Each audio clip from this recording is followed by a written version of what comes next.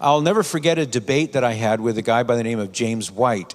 He is a Reformed Baptist. He's debated, I don't know, a billion people, maybe more. And I did 2 debates with him. The first one was on the topic, does the Bible teach sola scriptura?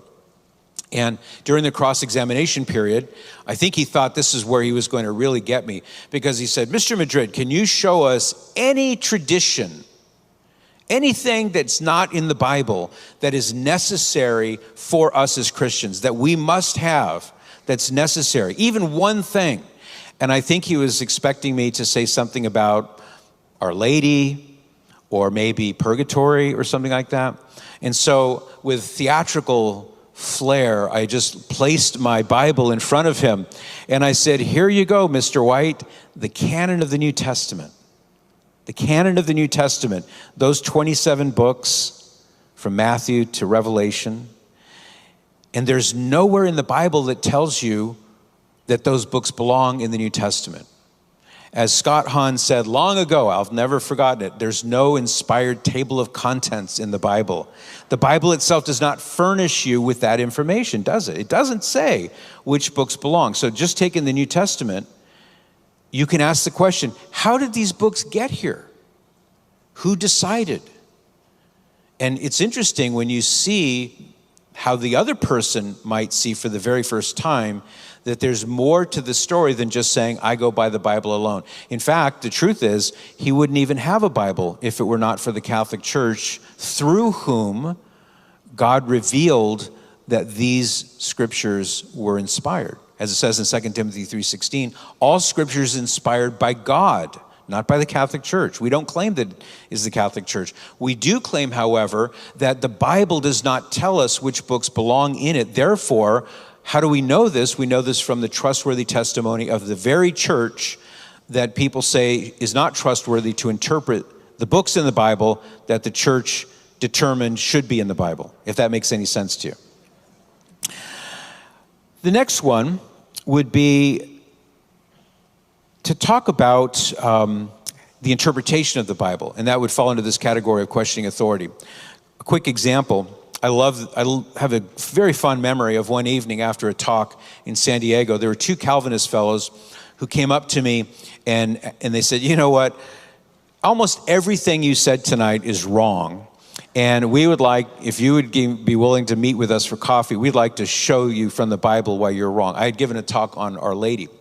So I thought, to me, this is like, excellent, thank you. Yes, I do want to do this. Some people like to watch TV, some people collect stamps. I like to talk to people like that. And so we went to a Denny's. I don't know why I was drinking coffee at 9:30 at night, but I did.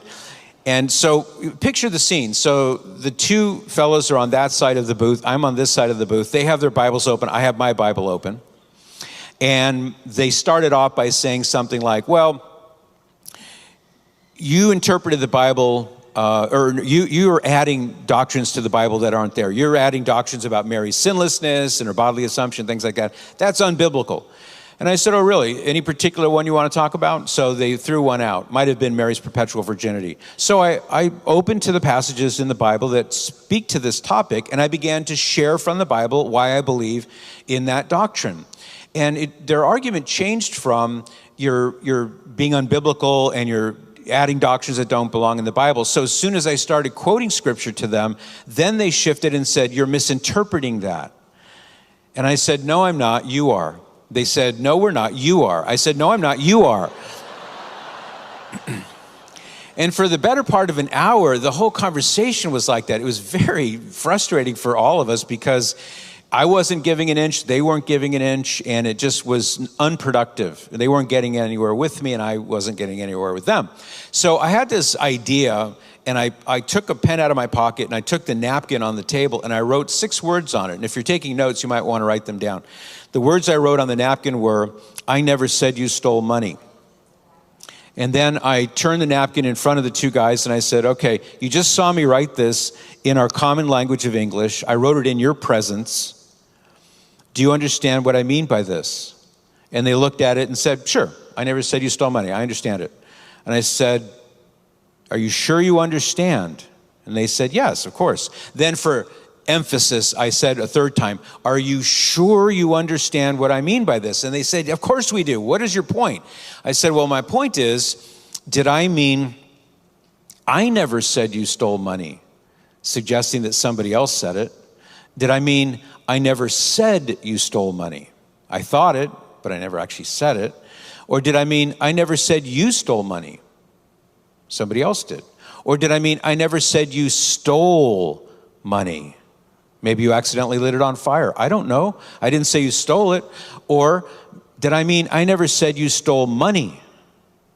Maybe you stole something else. So I said, which of these 5 distinct meanings did I intend when I wrote the 6 words on the napkin? Can you tell me? And they just sort of, shrugged. It's like, oh, all right, parlor trick, you got us on this one. And I said, well, it's not a parlor trick. It's an honest question.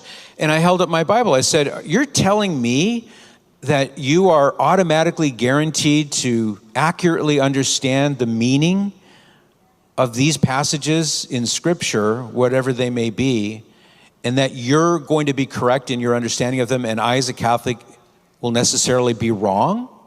And yet you can't tell me what I meant by 6 words written on a napkin? How does that work?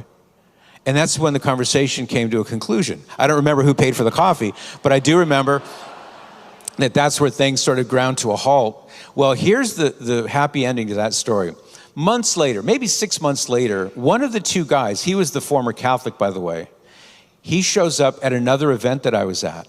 And he says, hey, you remember me? I said, I sure do. And he said, do you remember that napkin thing you did? I said, yeah, I remember that. He says, well, that was like a key unlocking a locked door of my mind, because I was a former Catholic and I was no way ever going to consider the Catholic Church. But when you did that little, I never said you stole money thing, it got me to thinking, maybe he's got a point. Maybe there's a different interpretation than what I believe. And he said he turned to the church fathers to see what they said. And he said, that's all she wrote. And it didn't take long before he found his way back to the Catholic Church. And it all happened because of 6 words on a napkin. Isn't that amazing?